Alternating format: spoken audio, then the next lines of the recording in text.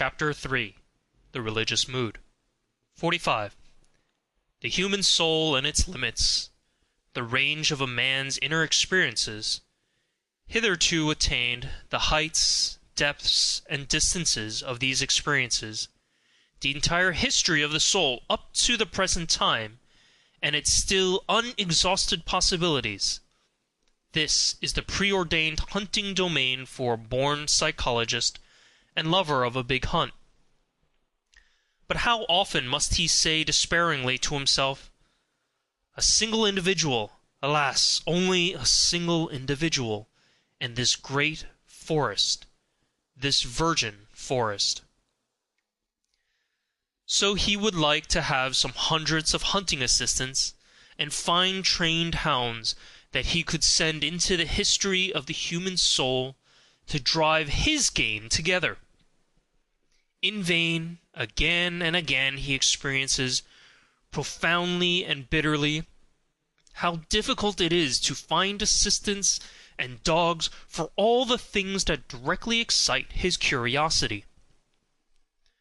The evil of sending scholars into new and dangerous hunting domains, where courage, sagacity, and subtlety in every sense are required, is that they are no longer serviceable just when the big hunt and also the great danger commences.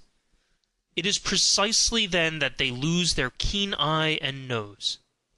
In order, for instance, to divine and determine what sort of history the problem of knowledge and conscience has hitherto had in the souls of homines religiosi, a person would perhaps himself have to possess a profound, as bruised, as immense an experience as the intellectual conscience of Pascal, and then he would still require that widespread heaven of clear, wicked spirituality, which from above would be able to oversee, arrange, and effectively formalize this mass of dangerous and painful experiences.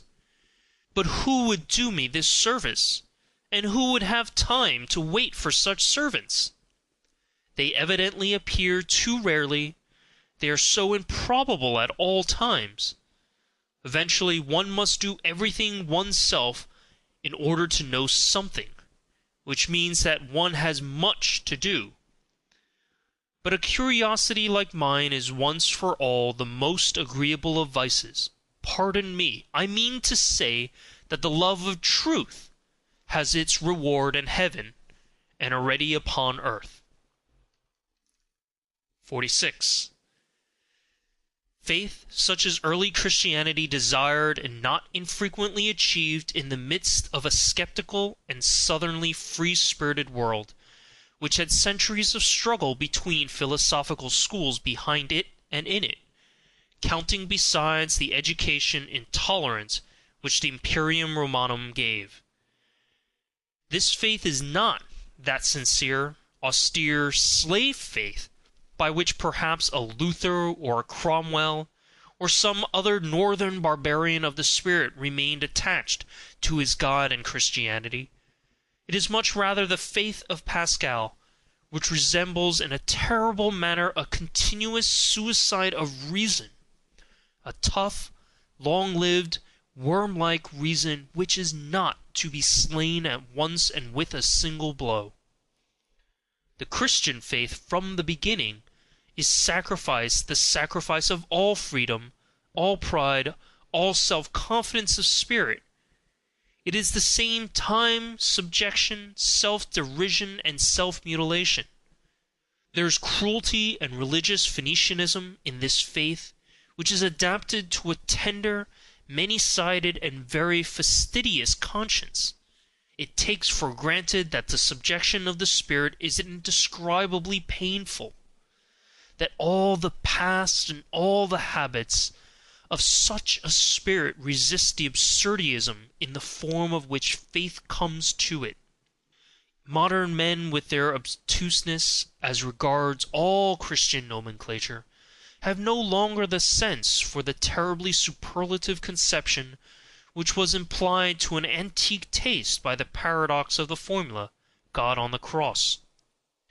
Hitherto there had never and nowhere been such boldness in inversion, nor anything at once so dreadful, questioning, and questionable as this formula. It promised a transvaluation of all ancient values. It was the Orient, the profound Orient.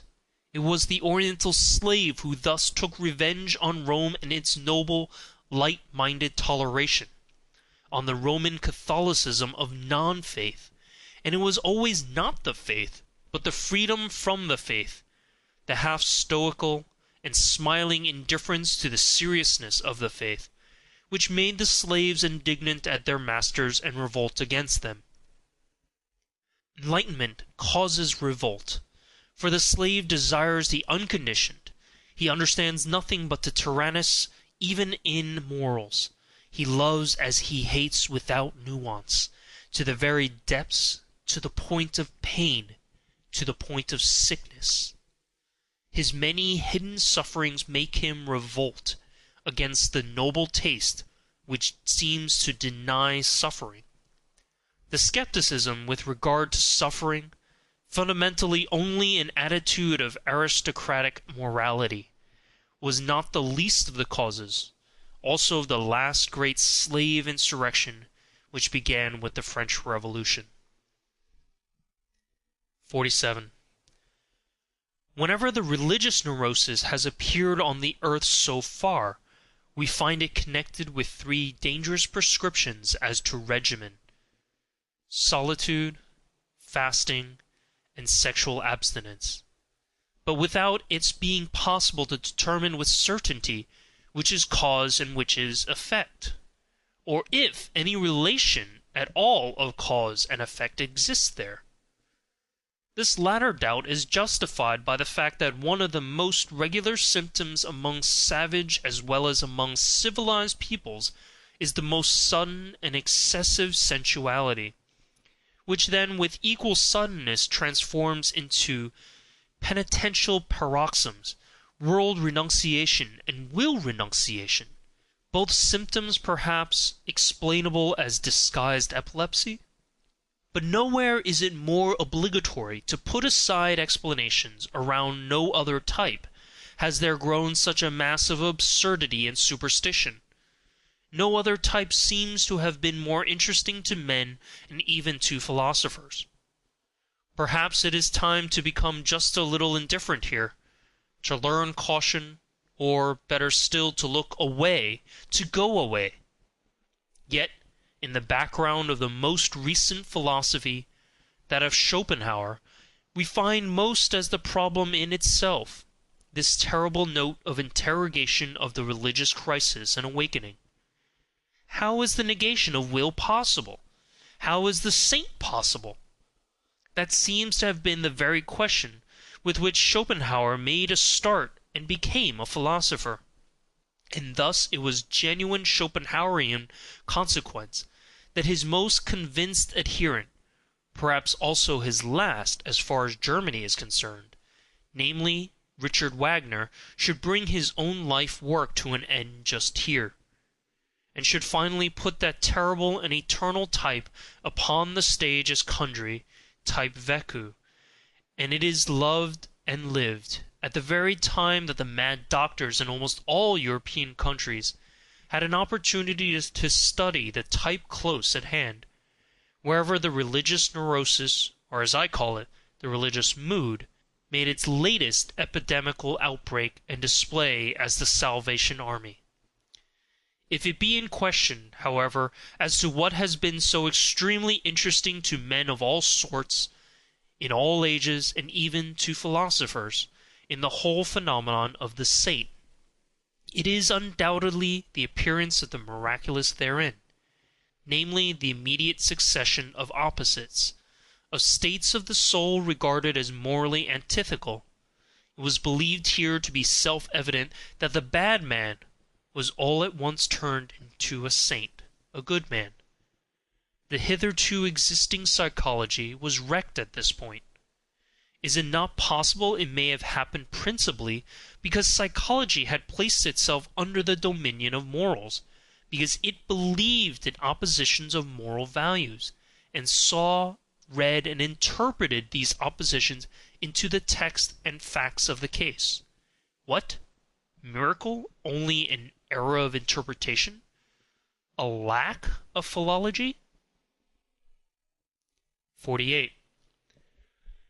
It seems that the Latin races are far more deeply attached to their Catholicism than we Northerners are to Christianity generally, and that consequently unbelief in Catholic countries means something quite different from what it does among Protestants, namely, a sort of revolt against the spirit of the race, while with us it is rather a return to the spirit, or non-spirit of the race. We Northerners undoubtedly derive our origin from barbarous races. Even as regards our talents for religion, we have poor talents for it. One may make an exception in the case of the Celts, who have theretofore furnished also the best soil for Christian infection in the north. The Christian ideal blossomed forth in France as much as ever the pale sun of the north would allow it. How strangely pious for our taste are still these later French skeptics, wherever there is any Celtic blood in their origin. How Catholic, how un-German does Auguste Comte's sociology seem to us, with the Roman logic of its instincts! How Jesuitical that amiable and shrewd Cicerone of Port Royal, Saint Beuve, in spite of all his hostility to Jesuits! And even earnest Renan, how inaccessible to us Northerners does the language of such a Renan appear, in whom every instant the merest touch of religious thrill throws his refined, voluptuous, and comfortable couching soul off its balance. Let us repeat after him these fine sentences, and what wickedness and haughtiness is immediately aroused by way of answer in our probably less beautiful but harder souls, that is to say, in our more German souls. Disons donc carrément que la religion est un produit de l'homme normal, que l'homme est le plus dans le vrai quand il est, le plus religieux et le plus assuré d'un destin infini. C'est quand il est bon qu'il vote que la vertu corresponde à un ordre éternel, c'est quand il contemple les choses d'une manière d'estresse qu'il trouve la mort révolute et absurde. Comment ne pas supposer que c'est dans ces mondes laquelle l'homme voit le mieux? These sentences are so extremely antipodal to my ears and habits of thought, that in my first impulse of rage on finding them I wrote on the margin, Le nascere religieux par excellence, until in my later rage I even took a fancy to them, these sentences with their truth absolutely inverted. It is so nice and such a distinction to have one's own antipodes. 49. That which is so astonishing in the religious life of the ancient Greeks is the irrestrainable stream of gratitude which it pours forth. It is a very superior kind of man who takes such an attitude towards nature and life. Later on, when the populace got the upper hand in Greece, fear became so rampant also in religion, and Christianity was preparing itself. 50. The passion for God, there are churlish, honest-hearted, and importune kinds of it. Like that of Luther, the whole of Protestantism lacks the southern delicatezza. There is an oriental exaltation of the mind in it, like that of an undeservedly favored or elevated slave, as in the case of St. Augustine, for instance, who lacks in an offensive manner all nobility in bearing and desires. There is a feminine tenderness and sensuality in it, which modestly and unconsciously longs for an unio mystica et physica, as in the case of Madame de Guyon. In many cases it appears, curiously enough, as the disguise of a girl's or a youth's puberty. Here and there, even in the hysteria of an old maid, also as her last ambition. The Church has frequently canonized the woman in such a case. 51. The mightiest men have hitherto always bowed reverently before the saint, as the enigma of self-subjugation and utter voluntary privation. Why did they thus bow? They divined in him, and as it were behind the questionableness of his frail and wretched appearance, the superior force which wished to test itself by such a subjugation. The strength of will in which they recognized their own strength and love of power, and knew how to honor it. They honored something in themselves when they honored the saint. In addition to this, the contemplation of the saint suggested to them a suspicion. Such an enormity of self-negation and anti-naturalness will not have been coveted for nothing.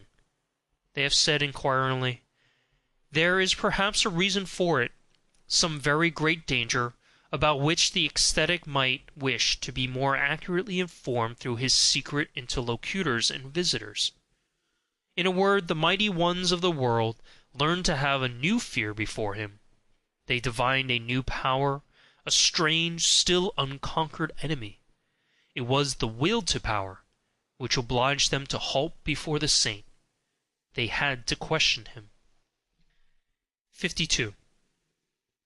In the Jewish Old Testament, the book of divine justice, there are men, things, and sayings on such an immense scale that Greek and Indian literature has nothing to compare with it. One stands with fear and reverence before those stupendous remains of what man was formerly, and one has sad thoughts about old Asia and its little outpushed peninsula Europe, which would like, by all means, to figure before Asia as the progress of mankind. To be sure, he who himself only a slender, tame house animal, and knows only the wants of a house animal, like our cultured people of today, including the Christians of cultured Christianity, need neither be amazed nor even sad amid those ruins. The taste for the Old Testament is a touchstone with respect to great and small. Perhaps he will find that the New Testament, the book of grace, still appeals more to his heart. There is much of the odor of the genuine, tender, stupid bedesman and petty soul in it.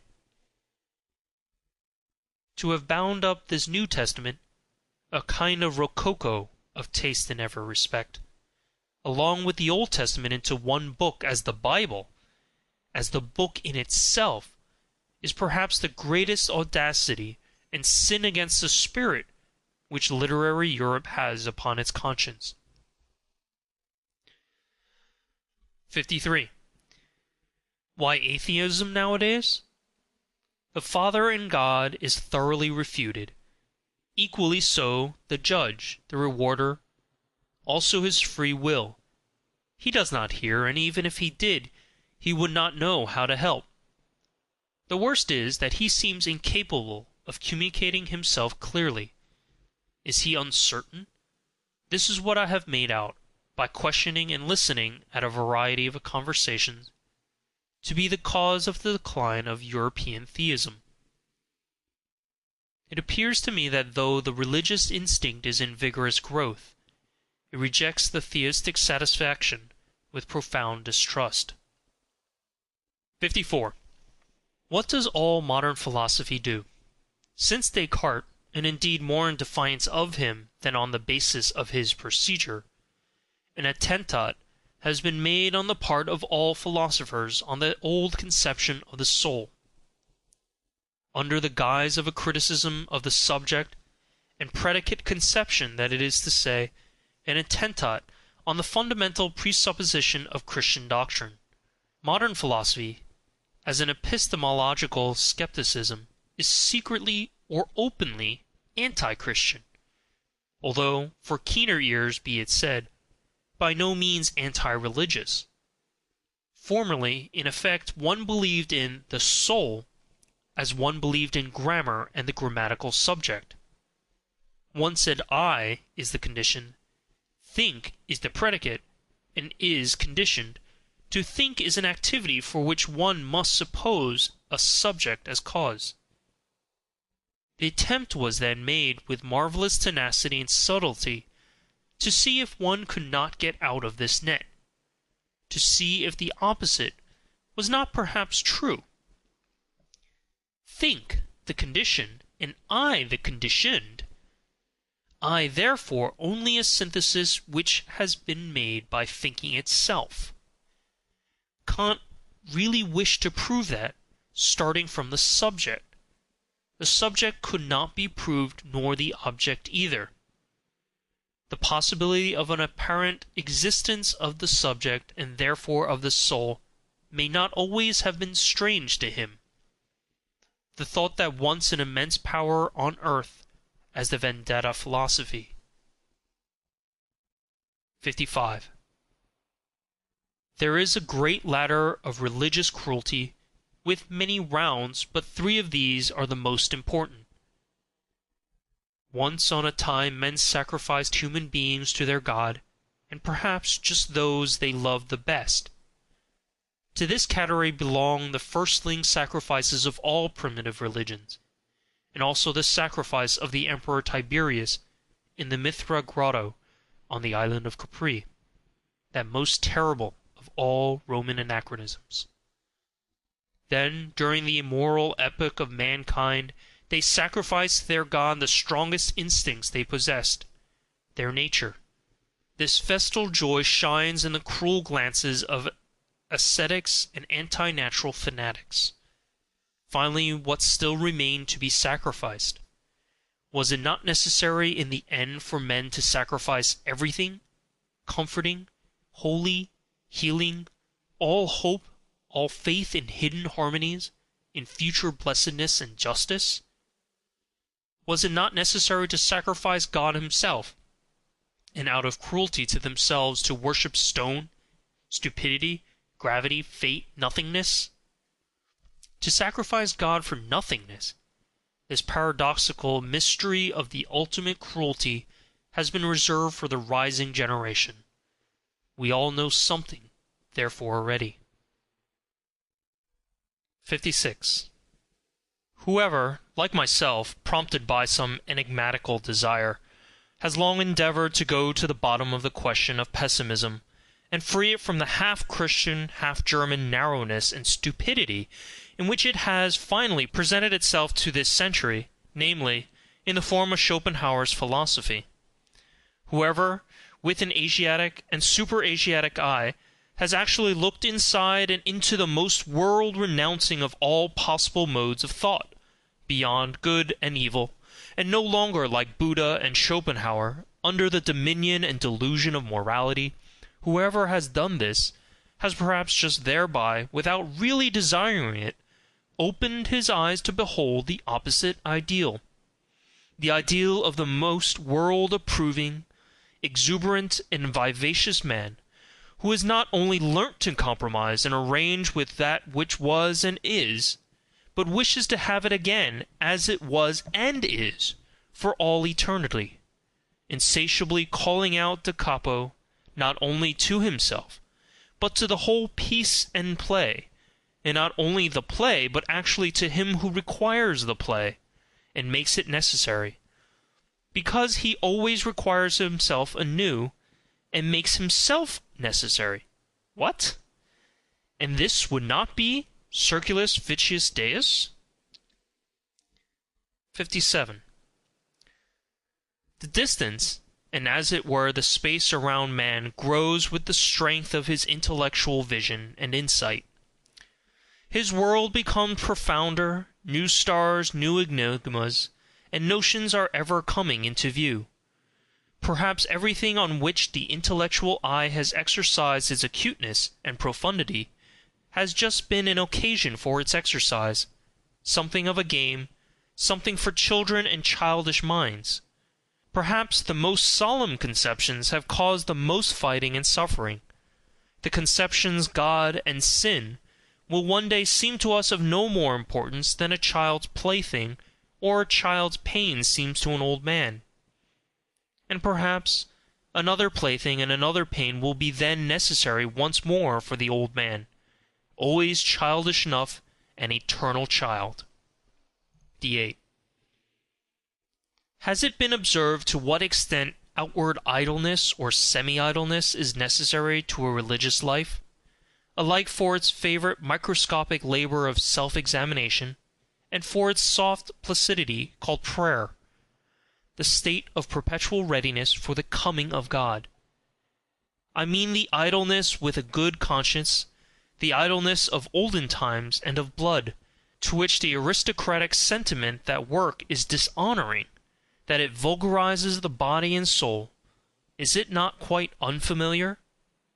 And that consequently the modern, noisy, time-engrossing, conceited, foolishly proud laboriousness educates and prepares for unbelief more than anything else? Among these, for instance, who are at present living apart from a religion in Germany, I find freethinkers of diversified species and origin, but above all a majority of those in whom laboriousness from generation to generation was dissolved the religious instincts, so that they no longer know what purpose religions serve, and only note their existence in the world with a kind of dull astonishment. They feel themselves already fully occupied, these good people, be it by their business or by their pleasures, not to mention the fatherland, and the newspapers and their family duties. It seems that they have no time whatever left for religion, and above all, it is not obvious to them whether it is a question of a new business or a new pleasure, for it is impossible, they say to themselves, that people should go to church merely to spoil their tempers. They are by no means enemies of religious customs, should certain circumstances, state affairs perhaps, require their participation in such customs. They do what is required, as so many things are done, with a patient and unassuming seriousness, and without much curiosity or discomfort. They live too much apart and outside to feel even the necessity for a for or against in such matters. Among those indifferent persons may be reckoned nowadays the majority of German Protestants of the middle classes, especially in the great laborious centers of trade and commerce. Also the majority of laborious scholars and the entire university personnel, with the exception of the theologians, whose existence and possibility there always gives psychologists new and more subtle puzzles to solve. On the part of pious or merely church-going people, there is seldom any idea of how much good will, one might say arbitrary will, is now necessary for a German scholar to take the problem of religion seriously. His whole profession, and as I have said, his whole workman-like laboriousness, to which he is compelled by his modern conscience, inclines him to a lofty and almost charitable serenity as regards religion, with which is occasionally mingled a slight disdain for the uncleanliness of spirit, which he takes for granted wherever any one still professes to belong to the Church. It is only with the help of history, not through his own personal experience, therefore, that the scholar succeeds in bringing himself to a respectful seriousness, and to a certain timid difference in presence of religions. But even when his sentiments have reached the stage of gratitude towards them, he has not personally advanced one step nearer to that which still maintains itself as church or as piety. Perhaps even the contrary, the practical indifference to religious matters in the midst of which he has been born and brought up, usually sublimates itself in his case into circumspection and cleanliness, which shuns contact with religious men and things. And it may just be the depth of his tolerance and humanity which prompts him to avoid the delicate trouble which tolerance itself brings with it. Every age has its own divine type of naivete, for the discovery of which other ages may envy it. And how much naivete, adorable, childlike, and boundlessly foolish naivete, is involved in this belief of the scholar in his superiority, in the good conscience of his tolerance, in the unsuspecting, simple certainty with which his instinct treats the religious man as a lower and less valuable type, beyond, before, and above which he himself has developed, he, the little arrogant dwarf and mob man, the sedulously alert, head and hand drudge of ideas, of modern ideas. 59. Whoever has seen deeply into the world has doubtless divined what wisdom there is in the fact that men are superficial. It is their preservative instinct that teaches them to be flighty, lightsome, and false. Here and there one finds a passionate and exaggerated adoration of pure forms, in philosophers as well as in artists. It is not to be doubted that whoever has need of the cult of the superficial, to that extent, has at one time or another made an unlucky dive beneath it. Perhaps there is even an order of rank with respect to those burnt children, the born artists who find the enjoyment of life only in trying to falsify its image, as if taking wearisome revenge on it. One might guess to what degree life has disgusted them, by the extent to which they wish to see its image falsified, attenuated, ultrified, and deified. One might reckon that homines religiosi among the artists as their highest rank. It is the profound, suspicious fear of an incurable pessimism which compels whole centuries to fasten their teeth into a religious interpretation of existence. The fear of the instinct which divines a truth might be attained too soon, before man has become strong enough, hard enough, artist enough. Piety, the life in God, regarded in this light, would appear as the most elaborate and ultimate product of the fear of truth, as artist adoration and artist intoxication in presence of the most logical of all falsifications, as the will to the inversion of truth to untruth at any price. Perhaps there has hitherto been no more effective means of beautifying man than piety. By means of it man can become so artful, so superficial, so iridescent, and so good, that his appearance no longer offends. Paragraph 60. To love mankind for God's sake, this has so far been the noblest and remotest sentiment to which mankind has attained, that love to mankind without any redeeming intention to the background is only an additional folly and brutishness, that the inclination to this love has first to get its proportion, its delicacy, its gram of salt and sprinkling of aubergine, from an higher inclination.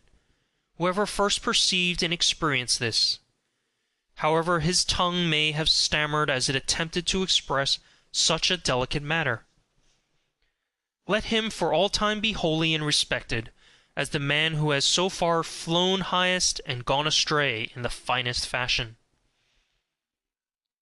Paragraph 61. The philosopher, as we free spirits understand him, as the man of the greatest responsibility, who has the conscience for the general development of mankind, will use religion for his disciplining and educating work, just as he will use the contemporary political and economic conditions. The selecting and disciplining influence, destructive as well as creative, and fashioning, which can be exercised by means of religion is manifold and varied, according to the sort of people placed under its spell and protection.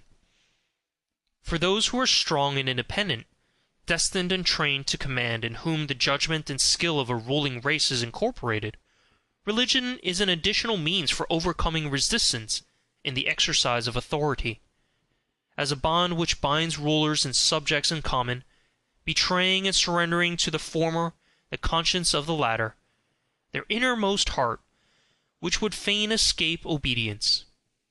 And in the case of the unique natures of noble origin, if by virtue of superior spirituality they should incline to a more retired and contemplative life, reserving to themselves only the more refined forms of government, over chosen disciples or members of an order, religion itself may be used as a means for obtaining peace from the noise and trouble of managing grosser affairs, and for securing immunity from the unavoidable filth of all political agitation. The Brahmins, for instance, understood this fact. With the help of a religious organization, they secured to themselves the power of nominating kings for the people, while their sentiments prompted them to keep apart and outside as men with a higher and super-regal mission. At the same time, religion gives inducement and opportunity to some of the subjects to qualify themselves for future ruling and commanding the slowly ascending ranks and classes, in which, through fortunate marriage customs, volitional power and delight in self-control are on the increase. To them religion offers sufficient incentives and temptations to aspire to higher intellectuality, and to experience the sentiments of authoritative self-control, of silence and of solitude. Asceticism and Puritanism are almost indispensable means of educating and ennobling a race, which seeks to rise above its heredity, baseness, and work itself upwards to future supremacy. And finally, to ordinary men, to the majority of the people who exist for service and general utility, and are only so far entitled to exist, religion gives invaluable contentedness with their lot and condition, peace of heart, ennoblement of obedience, additional social happiness and sympathy, with something of transfiguration and embellishment, something of justification of all commonplaceness, all the meanness, all the semi-annual poverty of their souls. Religion, together with the religious significance of life, sheds sunshine over such perpetually harassed men, and makes even their own aspect endurable to them. It operates upon them as the Epicurean philosophy usually operates upon sufferers of a higher order, in a refreshing and refining manner, almost turning suffering to account, and in the end even hallowing and vindicating it. There is perhaps nothing so admirable in Christianity and Buddhism as their art of teaching even the lowest to elevate themselves by piety to seemingly higher order of things, and thereby to retain their satisfaction with the actual world in which they find it difficult enough to live, this very difficult being necessary. Paragraph 62. To be sure to make also the bad counter-reckoning against such religions, and to bring to light their secret dangers, the cost is always excessive and terrible when religions do not operate as an educational and disciplinary medium in the hands of the philosopher, but rule voluntarily and paramountly when they wish to be the final end, and not a means along with other means. Among men, as among all other animals, there is a surplus of defective, diseased, degenerating, infirm, and necessarily suffering individuals. The successful cases, among men also, are always the exception, and in view of the fact that man is the animal not yet properly adapted to his environment, the rare exception. But worse still, the higher the type a man represents, the greater is the improbability that he will succeed. The accidental, the law of irrationality in the general constitution of mankind, manifests itself most terribly in its destructive effect on the higher orders of men, the conditions of whose lives are delicate, diverse, and difficult to determine. What then is the attitude of the two greatest religions above mentioned to the surplus of failures in life? They endeavor to preserve and keep alive whatever can be preserved. In fact, as the religions for sufferers, they take the part of these upon principle. They are always in favor of those who suffer from life as from a disease, and they would fain treat every other experience of life as false and impossible. However highly we may esteem this indulgent and preservative care, inasmuch as in applying to others, it has applied and applies also to the highest and usually the most suffering type of man, the hitherto paramount religions, to give a general appreciation of them, are among the principal causes which have kept the type of man upon a lower level. They have preserved too much that which should have perished. One has to thank them for invaluable services, and who is sufficiently rich in gratitude not to feel poor at the contemplation of all that the spiritual men of Christianity have done for Europe hitherto. But when they had given comfort to the sufferers, courage to the oppressed and despairing, a staff and support to the helpless, and when they had allured from society into covenants and spiritual penitentiaries the broken-hearted and distracted, what else had they to do in order to work systematically in that fashion, and with a good conscience for the preservation of all the sick and suffering, which means, indeed and truth, to work for the deterioration of the European race, to reverse all estimates of value. That is what they had to do. And to shatter the strong, to spoil great hopes, to cast suspicion on the delight in beauty, to break down everything autonomous, manly, conquering, and imperious, all instincts which are natural to the highest and most successful type of man, into uncertainty, distress of conscience, and self-destruction. Forsooth, to invert all love of the earth and of supremacy over the earth into hatred of the earth and earthly things. That is the task the Church imposed on itself, and was obliged to impose until, according to its standard of value, unworldliness, unsensuousness, and higher man fused into one sentiment. If one could observe the strangely painful, equally coarse and refined comedy of European Christianity with the derisive and impartial eye of an Epicurean god, I should think one would never cease marveling and laughing. Does it not actually seem that some single will has ruled over Europe for 18 centuries, in order to make a sublime abortion of man? He, however, who with opposite requirements no longer Epicurean, and with some divine hammer in his hand, could approach this almost voluntary degeneration and stunting of mankind, as exemplified in the European Christian, Pascal for instance, would he not have to cry aloud with rage, pity, and horror, "O you bunglers, presumptuous, pitiful bunglers, what have you done? Was that a work for your hands? How you have hacked and botched my finest stone! What have you presumed to do?" I should say that Christianity has hitherto been the most portentous of presumptions. Men not great enough nor hard enough to be entitled as artists to take part in fashioning man, men not sufficiently strong and far-sighted to allow, with sublime self-constraint, the obvious law of the thousandfold failures and perishings to prevail, men not sufficiently noble to see the radically different grades of rank and intervals of rank that separate man from man. Such men, with their equality before God, have hitherto swayed the destiny of Europe, until at last a dwarfed, almost ludicrous species has been produced, a gregarious animal, something obligingly sickly, mediocre, the European of the present day. End of chapter 3.